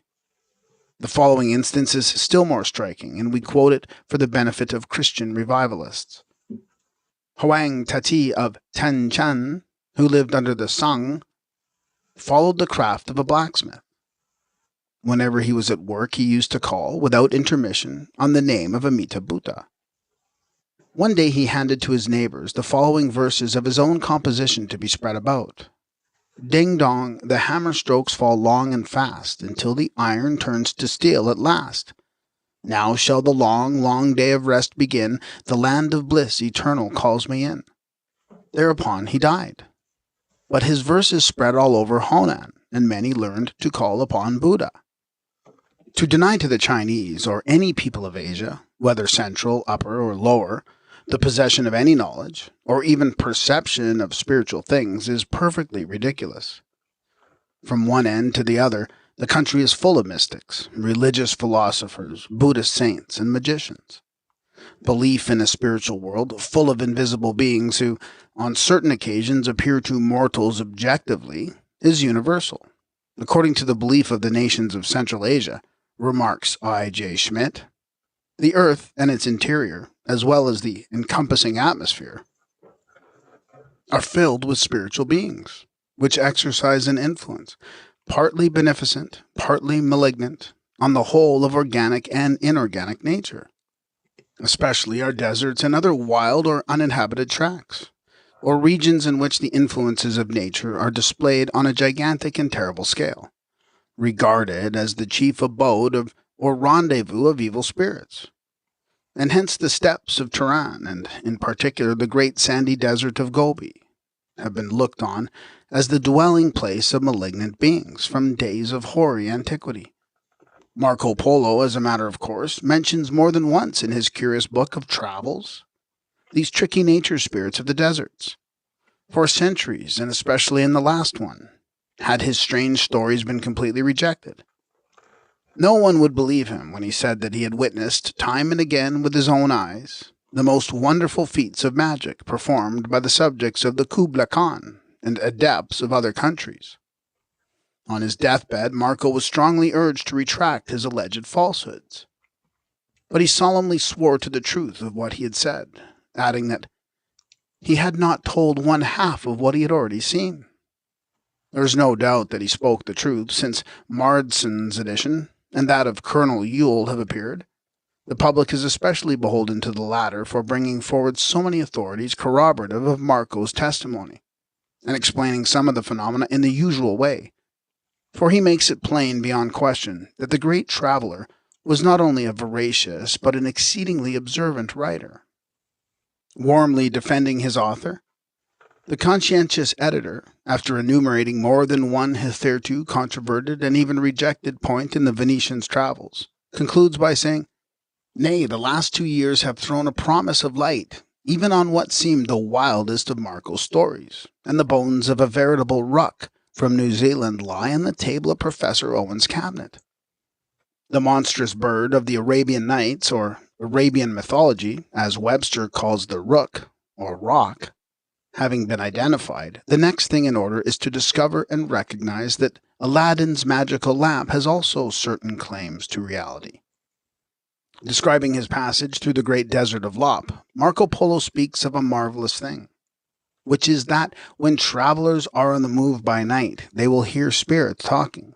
Sometimes the spirits will call him by name, and even in the daytime one hears these spirits talking. And sometimes you shall hear the sound of a variety of musical instruments, and still more commonly the sound of drums. In his notes, the translator quotes the Chinese historian, Matwanlin, who corroborates the same.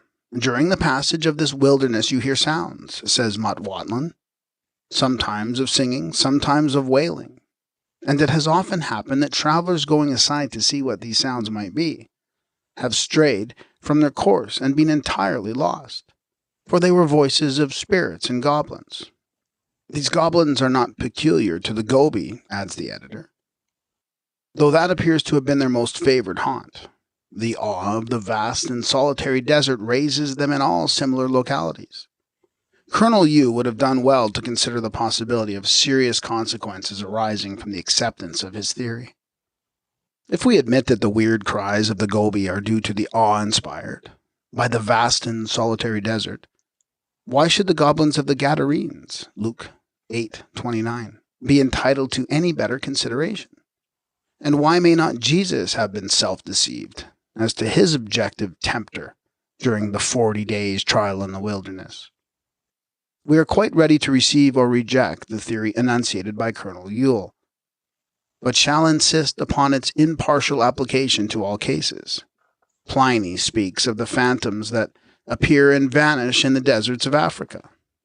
Aethicus, the early Christian cosmographer, mentions, though incredulous, the stories that were told of the voices of singers and revelers in the desert. And Masudi tells of the ghouls, which in the deserts appear to travelers by night and in the lonely hours, and also of Apollonius of Tyana and his companions, who in a desert near the Indus by moonlight saw an impusa, or ghoul, taking many forms.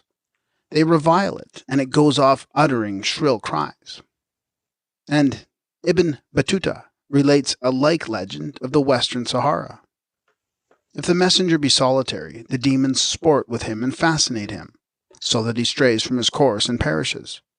Now, if all these matters are capable of a rational explanation, and we do not doubt it as regards most of these cases, then the Bible devils of the wilderness deserve no more consideration, but should have the same rule applied to them. They too are creatures of terror, imagination, and superstition. Hence, the narratives of the Bible must be false, and if one single verse is false, then a cloud is thrown upon the title of all the rest to be considered divine revelation. Once admit this, and this collection of canonical documents is at least as amenable to criticism as any other book of stories. There are many spots in the world where the strangest phenomena have resulted from what was later ascertained to be natural physical causes.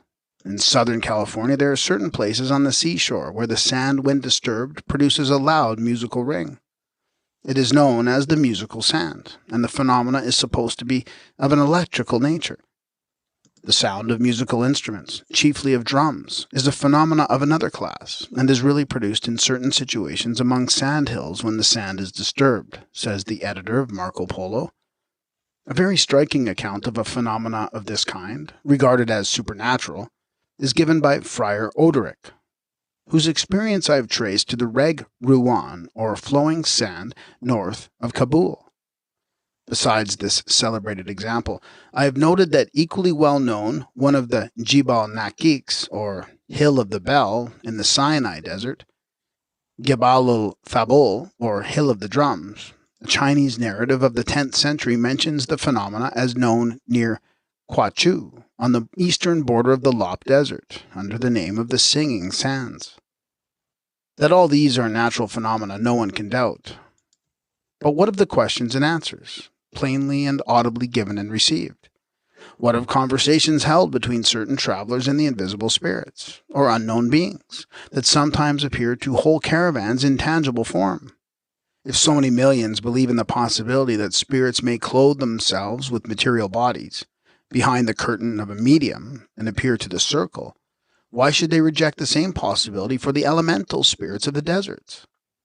This is the to be or not to be of Hamlet. If spirits can do all that spiritualists claim for them, why can they not appear equally to the traveler in the wilderness and solitudes? A recent scientific article in a Russian journal attributes such spirit voices in the Great Gobi Desert to the echo. A very reasonable explanation, if it can be only demonstrated that these voices simply repeat what has been previously uttered by a living person. But when the superstitious traveler gets intelligent answers to his question, this Gobi echo at once shows a very near relationship with the famous echo of the Theatre Porte Saint Martin at Paris. "How do you do, sir?" shouts one of the actors in the play. "Very poorly, my son, thank you. I am getting old, very old," politely answers the echo. What incredulous merriment must the superstitious and absurd narratives of Marco Polo, concerning the supernatural gifts of certain shark and wild beast charmers of India, whom he terms Abrahman, have excited for long centuries, describing the pearl fishery of Ceylon, as it was in his time. He says that the merchants are obliged also to pay those men who charm the great fishes, to prevent them from injuring the divers whilst engaged in seeking pearls under water. 1/20th part of all that they take. These fish charmers are termed a Brahmin, and their charm holds good for that day only, for at night they dissolve the charm, so that fishes can work mischief at their will. These Brahmin know also how to charm beasts and birds and every living thing. And this is what we find in the explanatory notes of Colonel Yule in relation to this degrading Asiatic superstition. Marco's account of the pearl fishery is still substantially correct. At the diamond mines of the northern Sirkars, Brahmins are employed in the analogous office of propitiating the tutelary genii. The shark charmers are called in Tamil Kadalkadi, sea binders, and in Hindustani, Haibanda, or shark binders. At Aripo, they belong to one family, supposed to have the monopoly of the charm. The chief operator is, or was not many years ago, paid by the government, and he also received 10 oysters from each boat daily during the fishery. Tennant, on his visit, found the incumbent to the office to be a Roman Catholic Christian, but that did not seem to affect the exercise of the validity of his functions. It is remarked that not more than one authenticated accident from sharks had taken place during the whole period of the British occupation. 2 items of fact in the above paragraph are worthy of being placed in juxtaposition. 1. The British authorities pay professional shark charmers a stipend to exercise their art, and 2. Only one life has been lost since the execution of the contract. We have yet to learn whether the loss of this one life did not occur under the Roman Catholic sorcerer. Is it pretended that the salary is paid as a concession to a degrading native superstition?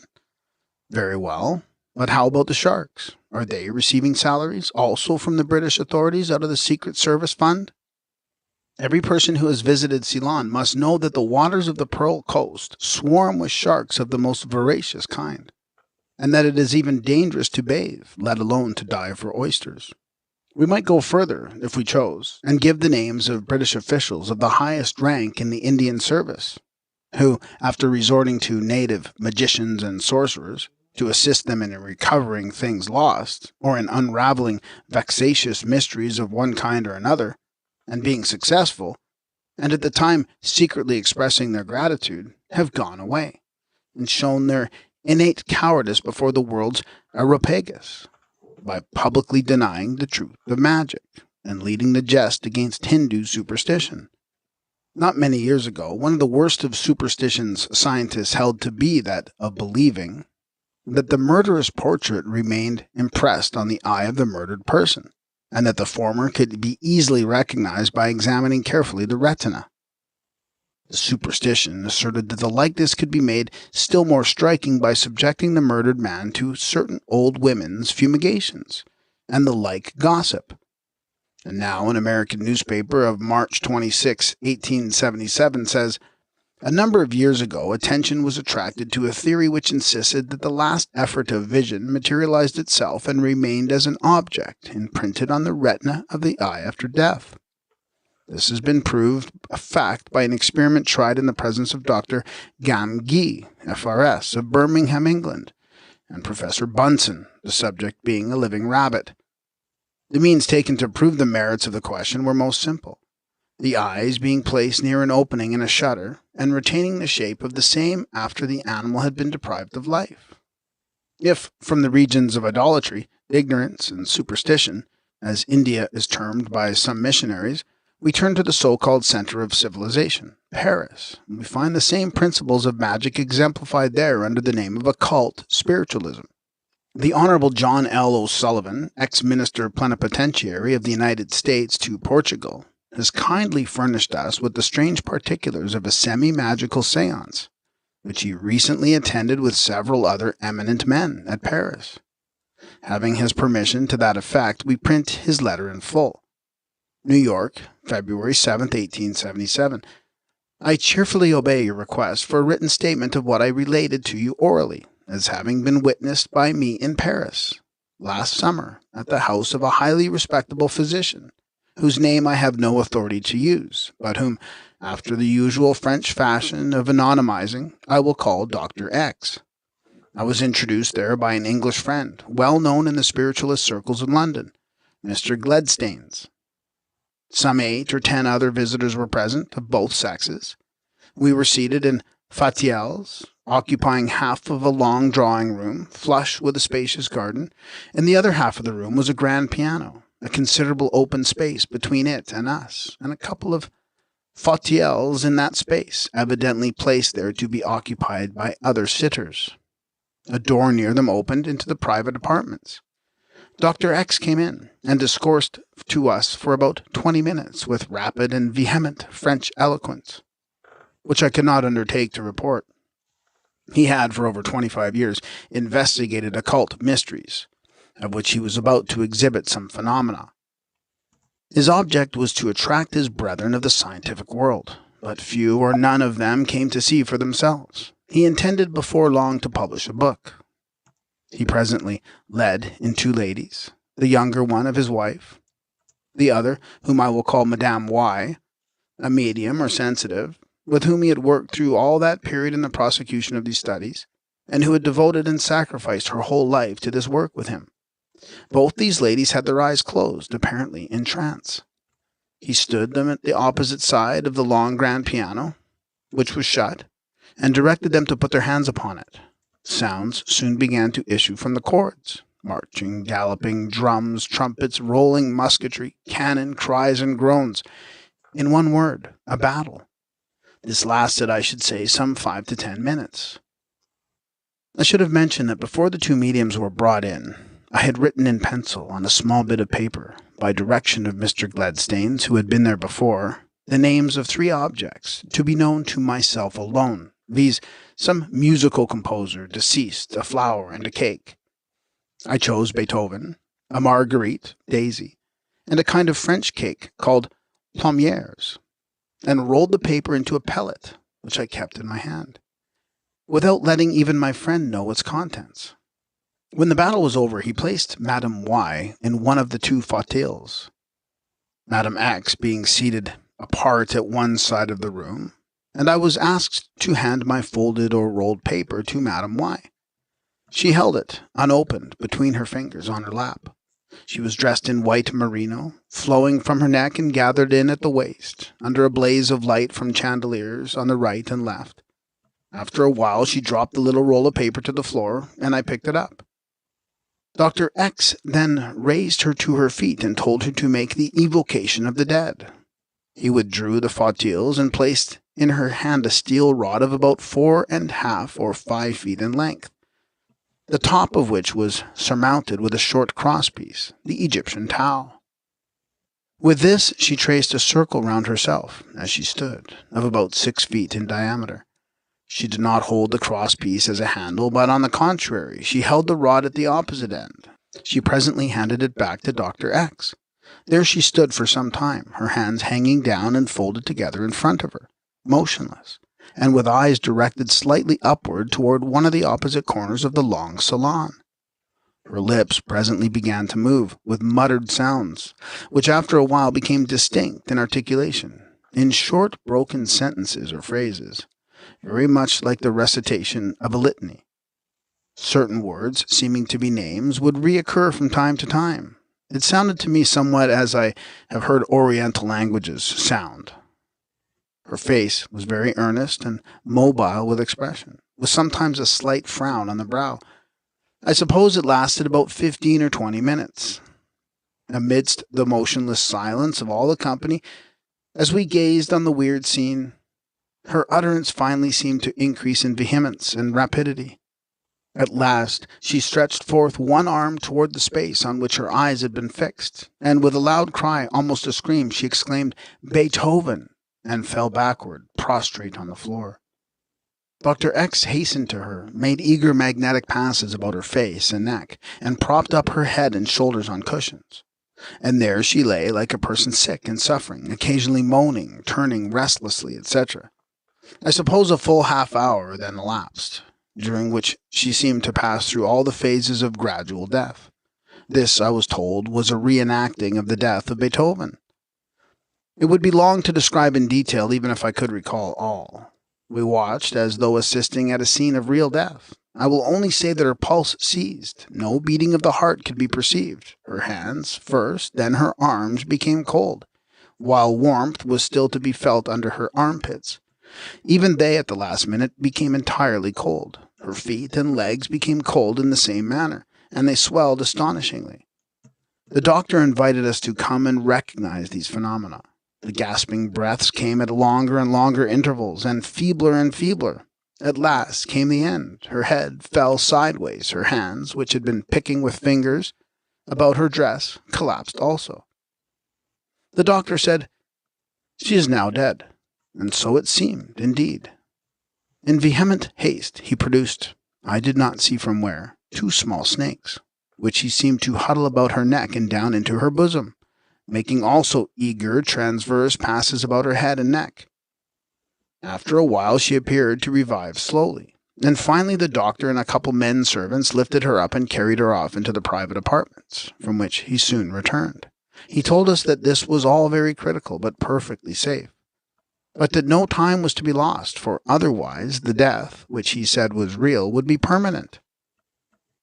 I need not say how ghastly the effect of this whole scene had been on all the spectators, nor need I remind you that this was no trickery of the performer paid to astonish. The scene passed in the elegant drawing-room of a respectable physician, to which access without introduction is impossible.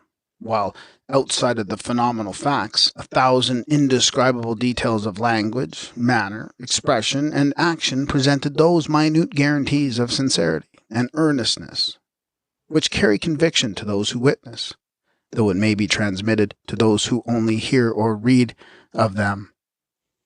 After a time, Madame Y returned and was seated in one of the two fauteuils before mentioned, and I was invited to the other by her side. I had still in my hand the unopened pellet of paper containing the 3 words privately written by me, of which Beethoven had been the first. She sat for a few minutes with her open hands resting on her lap. I presently began to move restlessly about.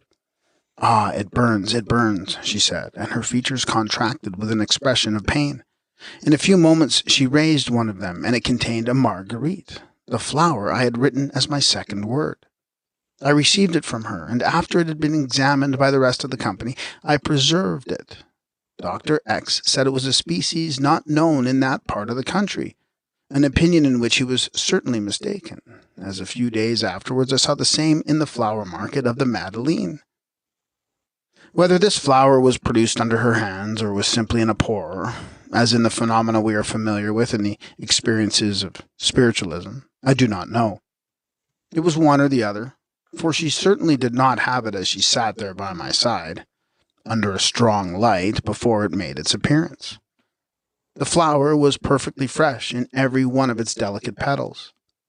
The 3rd word I had written on my bit of paper was the name of a cake, Plomieres. She presently began to go through the motions of eating, though no cake was visible, and asked me if I would not go with her to Plomieres, the name of the cake I had written. This might have been simply a case of mind-reading. After this followed a scene in which Madame X, the doctor's wife, was said and seemed to be possessed by the spirit of Beethoven. The doctor addressed her as Monsieur Beethoven. She took no notice until he called the name aloud in her ear. She then responded with polite bows, etc. You may remember that Beethoven was extremely deaf. After some conversation, he begged her to play, and she seated herself at the piano and performed magnificently both some of his known music and some improvisations which were generally recognized by the company as in his style. I was told afterwards by a lady friend of Madame X that in her normal state she was a very ordinary amateur performer. After about a half an hour spent in music and in dialogue in the character of Beethoven, to whom her face and expression and her tumbled hair seemed to acquire a strange resemblance, the doctor placed in her hands a sheet of paper and a crayon, and asked her to sketch the face of the person she saw before her. She produced very rapidly a profile sketch of a head and face resembling Beethoven's busts, though as a younger man, and she dashed off a rapid name under it as though a signature, Beethoven.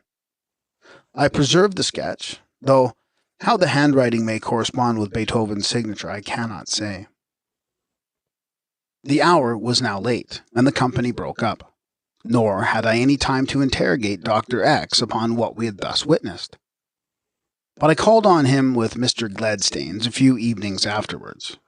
I found that he admitted the action of spirits, and was a spiritualist, but also a great deal more, having studied long and deeply into the occult mysteries of the Orient.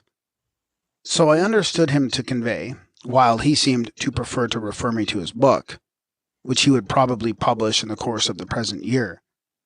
I observed a number of loose sheets on the table, all covered with Oriental characters unknown to me, the work of Madame Y, in trance, as he said, in answer to an inquiry. He told us that in the scene I had witnessed, she became, i.e., as I presumed, was possessed by, a priestess of one of the ancient Egyptian temples, and that the origin of it was this. A scientific friend of his had acquired in Egypt possession of the mummy of a priestess, and had given him some of the linen swathings with which the body was enveloped. And from the contact with this cloth of 2,000 or 3,000 years old, the devotion of her whole existence to this occult relation, and 20 years' seclusion from the world, his medium, as sensitive Madame Y, had become what I had seen. The language I had heard her speak was the sacred language of the temples in which she had been instructed, not so much by inspiration, but very much as we now study languages, by dictation, written exercises, etc. being even chided and punished when she was dull or slow. He said that Jack Olliott had heard her in a similar scene, and recognized sounds and words of the very oldest sacred language, as preserved in the temples of India, anterior, if I remember right, to the epoch of the Sanskrit. Respecting the snakes he had employed in the hasty operation of restoring her to life, or rather perhaps arresting the last consummation of the process of death, he said there was a strange mystery in their relation to the phenomena of life and death. I understood that they were indispensable. Silence and inaction on our part was also insisted upon throughout, and any attempt at questioning him at the time was peremptorily, almost angrily suppressed. We might come and talk afterward, or wait for the appearance of his book, but he alone seemed entitled to exercise the faculty of speech throughout all these performances, which he certainly did with great volubility, the while with all the eloquence and precision of diction of a Frenchman, combining scientific culture with vividness of imagination. I intended to return on some subsequent evening, but learned from Mr. Gladstanes that he had given them up for the present, disgusted with his ill success in getting his professional colleagues and men of science to come and witness what it was his object to show them. This is about as much as I can recall of this strange, weird evening, excepting some uninteresting details. I have given you the name and address of Dr. X confidentially, because he would seem to have gone more or less far on the same path as you pursue in the studies of your Theosophical Society. Beyond that, I feel bound to keep it private, not having his authority to use it in any way which might lead to publicity. Very respectfully, your friend and obedient servant, J. L. O'Sullivan. In this interesting case, simple spiritualism has transcended its routine and encroached upon the limits of magic. The features of mediumship are there, in the double life led by the sensitive Madame Y, in which she passes an existence totally distinct from the normal one, and by reason of the subordination of her individuality to a foreign will, becomes the permutation of a priestess of Egypt, and in the personation of the spirit of Beethoven, and in the unconscious and cataleptic state into which she falls. On the other hand, the willpower exercised by Dr. X upon his sensitive, the tracing of the mystic circle, the evocations, the materialization of the desired flower, the seclusion and education of Madame Y, the employment of the wand and its form, the creation and use of the serpents, the evident control of the astral forces, all these pertain to magic. Such experiments are of interest and value to science, but liable to abuse in the hands of a less conscientious practitioner than the eminent gentleman designated as Dr. X. A true Oriental Kabbalist would not recommend their duplication. Spheres unknown below our feet, spheres still more unknown and still more unexplored above us. Between the two, a handful of moles, blind to God's great light, and deaf to the whispers of the invisible world, boasting that they lead mankind. Where? Onward, they claim, but we have a right to doubt it. The greatest of our physiologists, when placed side by side with a Hindu fakir, who knows neither how to read nor write, will very soon find himself feeling as foolish as a schoolboy who has neglected to learn his lesson. It is not by vivisecting living animals that a physiologist will assure himself of the existence of man's soul, nor on the blade of the knife can he extract it from a human body. What sane man, inquires Sergeant Cox, the president of the London of the Psychological Society, what sane man who knows nothing of magnetism or physiology, who had never witnessed an experiment nor learned its principles, would proclaim himself a fool by denying its facts and denouncing its theory? The truthful answer to this would be 2/3 of our modern-day scientists. The impertinence, if truth can ever be impertinent, must be laid at the door of him who uttered it, the scientist of the number of those who few are brave and honest enough to utter wholesome truths, however disagreeable. And there is no mistaking the real meaning of the imputation, for immediately after the irreverent inquiry, the learned lecturer remarks as pointedly, "The chemist takes his electricity from the electrician. The physiologist looks to the geologist for his geology. each would deem it an impertinence in the other if he were to pronounce judgment in the branch of knowledge not of his own. Strange it is, but true as strange, that this rational rule is wholly set at naught in the treatment of psychology. Physical scientists deem themselves competent to pronounce a dogmatic judgment upon psychology, and all that appertains it, without having witnessed any of its phenomena, and its entire ignorance of its principles and practice. We sincerely hope that the two eminent biologists, Mr. Mendeleev of St. Petersburg and Mr. Ray Lankester of London fame, will bear themselves under the above as unflinchingly as their living victims do when palpitating under the dissecting knives. For a belief to have become universal, it must have been founded on an immense accumulation of facts, tending to strengthen it from one generation to another. At the head of all such beliefs stands magic, or, if one would prefer, occult psychology. Who of those who appreciate its tremendous powers, even from its feeble, half-paralyzed effects in our civilized countries, would dare disbelieve in our days the assertion of Porphyry and Proclus, that even inanimate objects, such as statues of gods, could be made to move and exhibit a fictitious life for a few moments? Who can deny the allegation? Is it those who testify daily over their own signatures that they have seen tables and chairs move and walk and pencils write without contact? Diogenes Laertius tells us of a certain philosopher, Stilpo, who was exiled from Athens by the Areopagus for having dared to deny publicly that the Minerva of Phidias was anything else than a block of marble. But our own age, after having mimicked the ancients in everything possible, even to their very names, such as senates, prefects, and consuls, etc., and after admitting that Napoleon the Great conquered 3/4 of Europe by applying the principles of war taught by the Caesars and the Alexanders, knows so much better than its preceptors about psychology, that it would vote every believer in animated tables into Bedlam. Be this as it may, the religion of the ancients is the religion of the future. A few centuries more, and there will linger no sectarian beliefs in either of the great religions of humanity.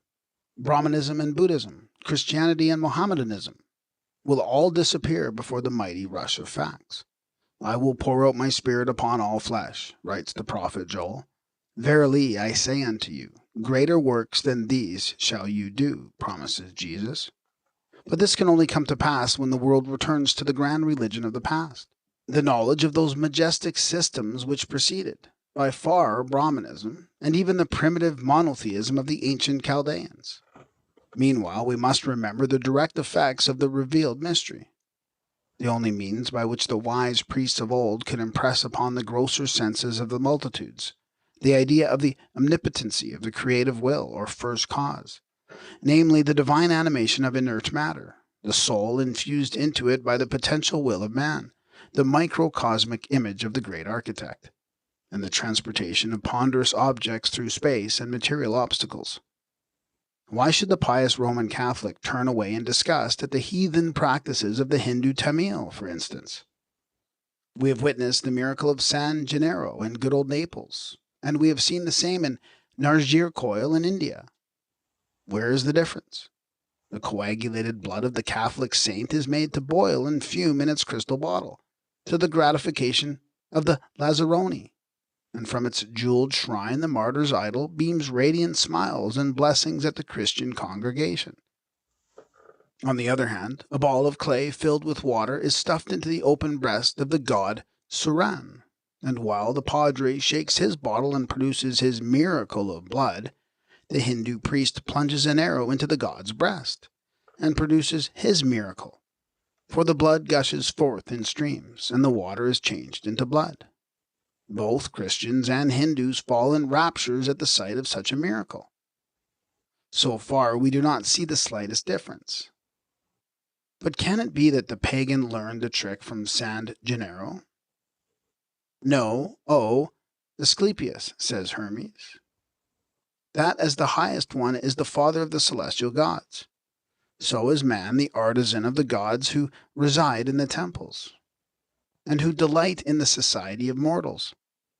Faithful to its origin and nature, humanity perseveres in this imitation of the divine powers. And if the Father Creator has made in his image the eternal gods, mankind in its turn makes its gods in its own image. And dost thou speak of statues, O gods, O Trismegistus? Verily I do, Asclepius, and however great thy defiance, perceivest thou not these statues are endowed with reason, that they are animated with a soul, and that they can operate the greatest prodigies? How can we reject the evidence when we find these gods possessing the gift of predicting the future, which they are compelled to tell, when forced to it by magic spells, as through the lips of the divines and their visions?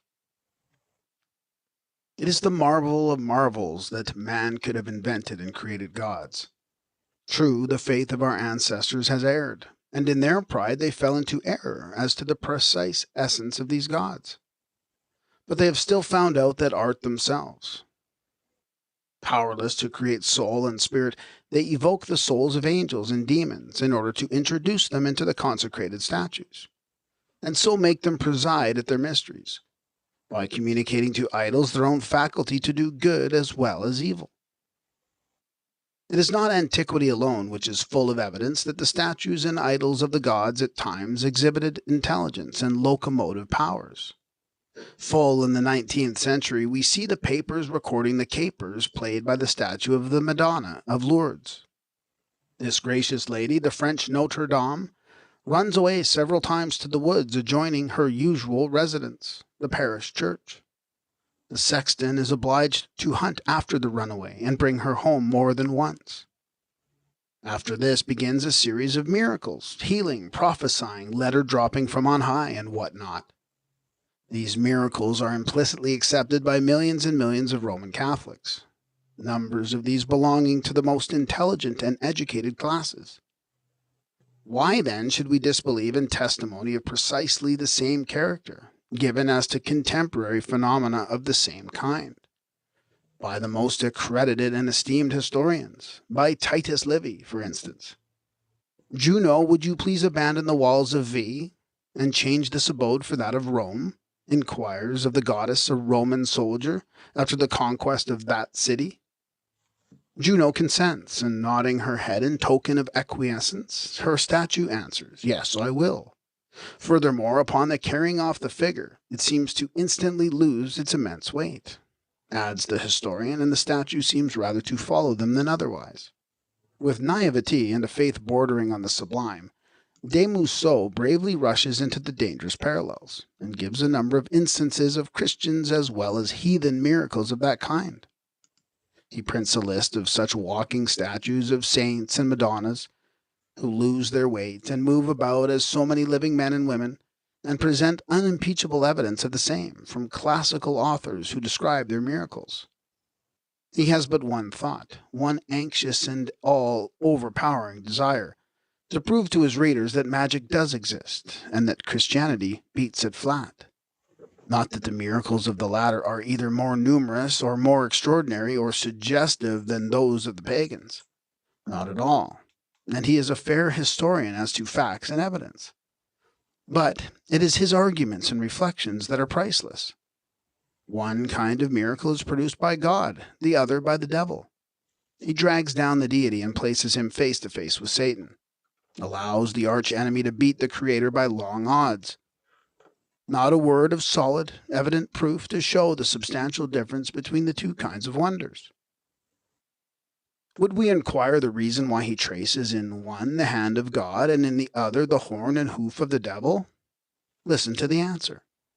The Holy Roman Catholic and Apostolical Church declares the miracles wrought by her faithful sons produced by the will of God, and all others the work of the spirits of hell. Very well, but on what ground? We are shown an endless list of holy writers, of saints who fought during their whole lives with the fiends, and of fathers whose words and authority are accepted as word of God by the same church. Your idols, your consecrated statues, are the abode of demons, exclaims Saint Cyprian. Yes, it is these spirits who inspire your divines, who animate the bowels of your victims, who govern the flights of birds, and who, mixing incessantly falsehood with truth, render oracles. and operate prodigies, their object being to bring your invincibility to their worship. Fanaticism in religion, fanaticism in science, or fanaticism in any other question becomes a hobby, and cannot but blind. All right, that was chapter 15, India, the Cradle of Religion. Y'all let me know what keynotes, notes y'all had got written down. Something I thought was very interesting. All nations had antiquitous knowledge on basically telekinesis. Every nation could have their pen writing shit for them, like on some Harry Potter shit. Like, and I'm just thinking, when did everything really just like, I guess the Salem witch trials, huh? That's when any type of magic, any type of anything, you was getting burned to the stake. So fear, they just started to run the realm with fear and got rid of all the true knowledge of nature and self. Because that's all magic is knowledge of nature, which is knowledge of self. But y'all let me know what y'all think. We have finished this book. Thank you for accompanying me. We will be starting volume 2 soon. Peace. Bada boom, bada bing. If I can get where I need to go. Hold up. Hold up. There you go.